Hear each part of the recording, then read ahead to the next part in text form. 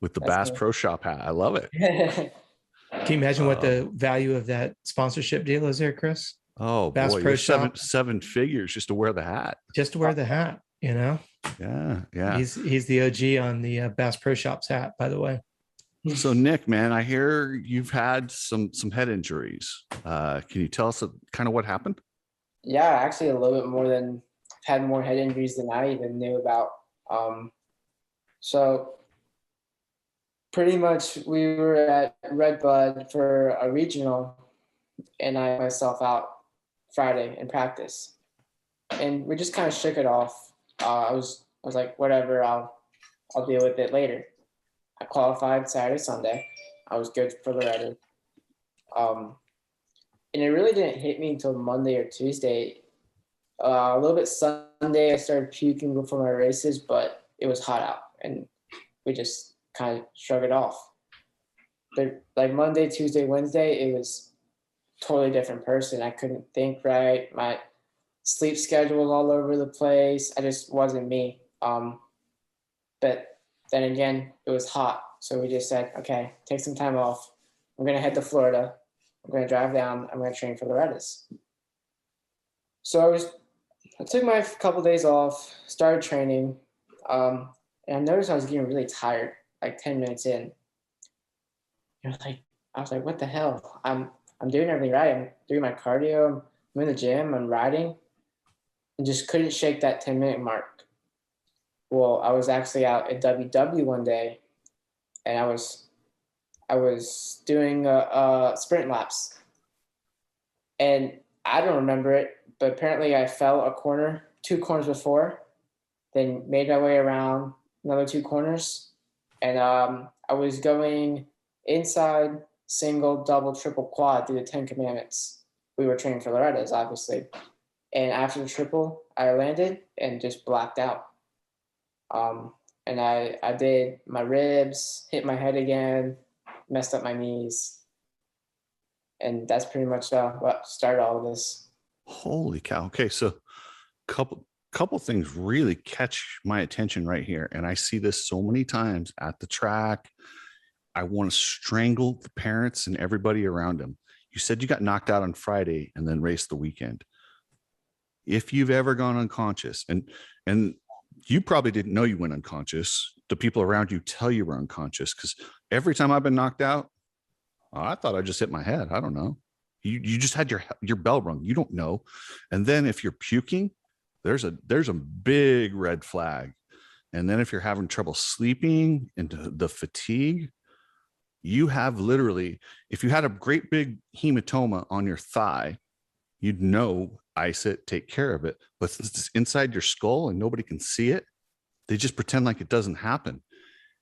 And bad shit happens, permanent shit happens, that if you don't let that heal, there's and I don't know if you've experienced any of this, but what'll happen is, I'm not saying football players are not aggressive to begin with, but they take all these head injuries, then their impulse control goes, and then they start doing horrible, crazy shit.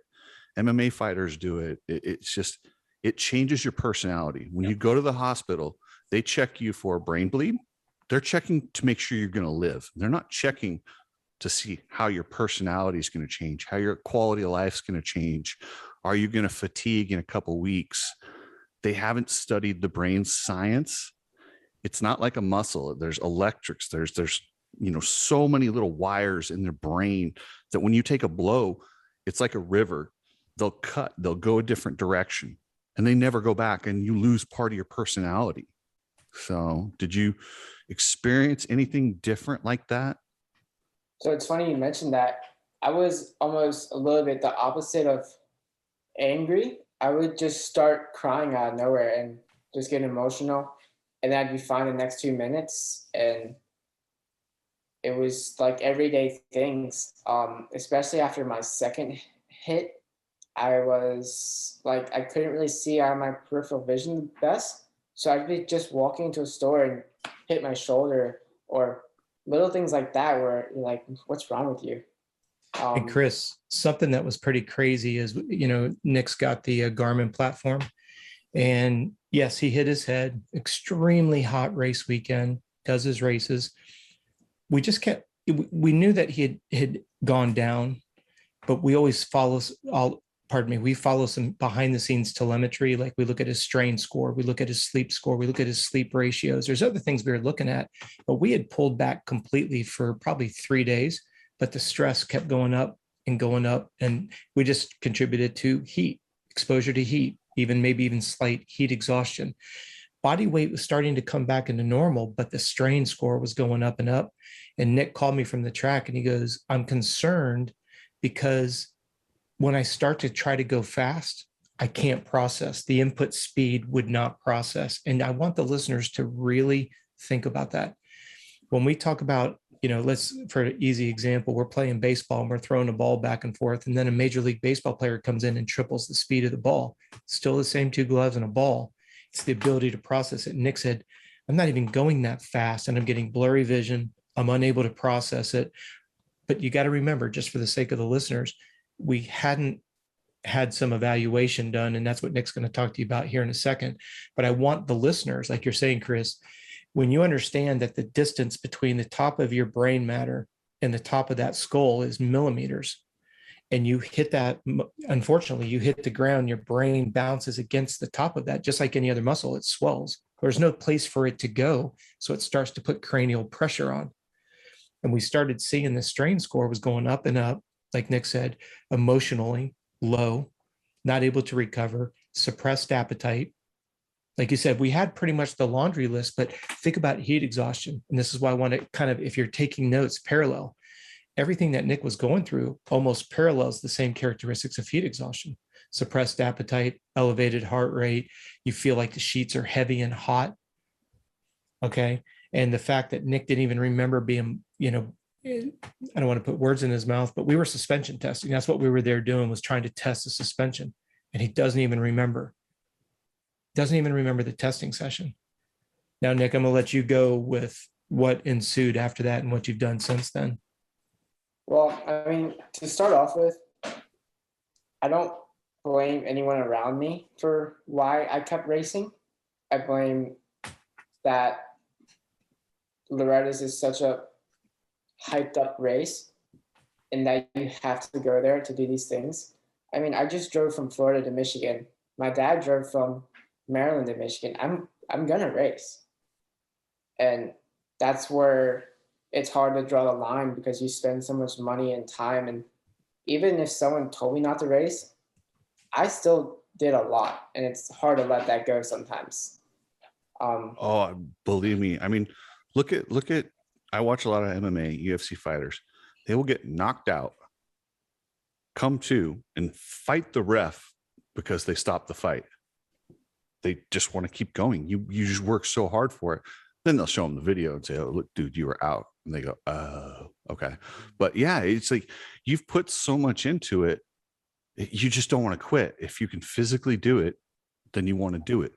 Not knowing the possible damage or it's almost like a stigma too. Because if you can't show someone your actual injury, they're like, that guy's a wuss, he should race.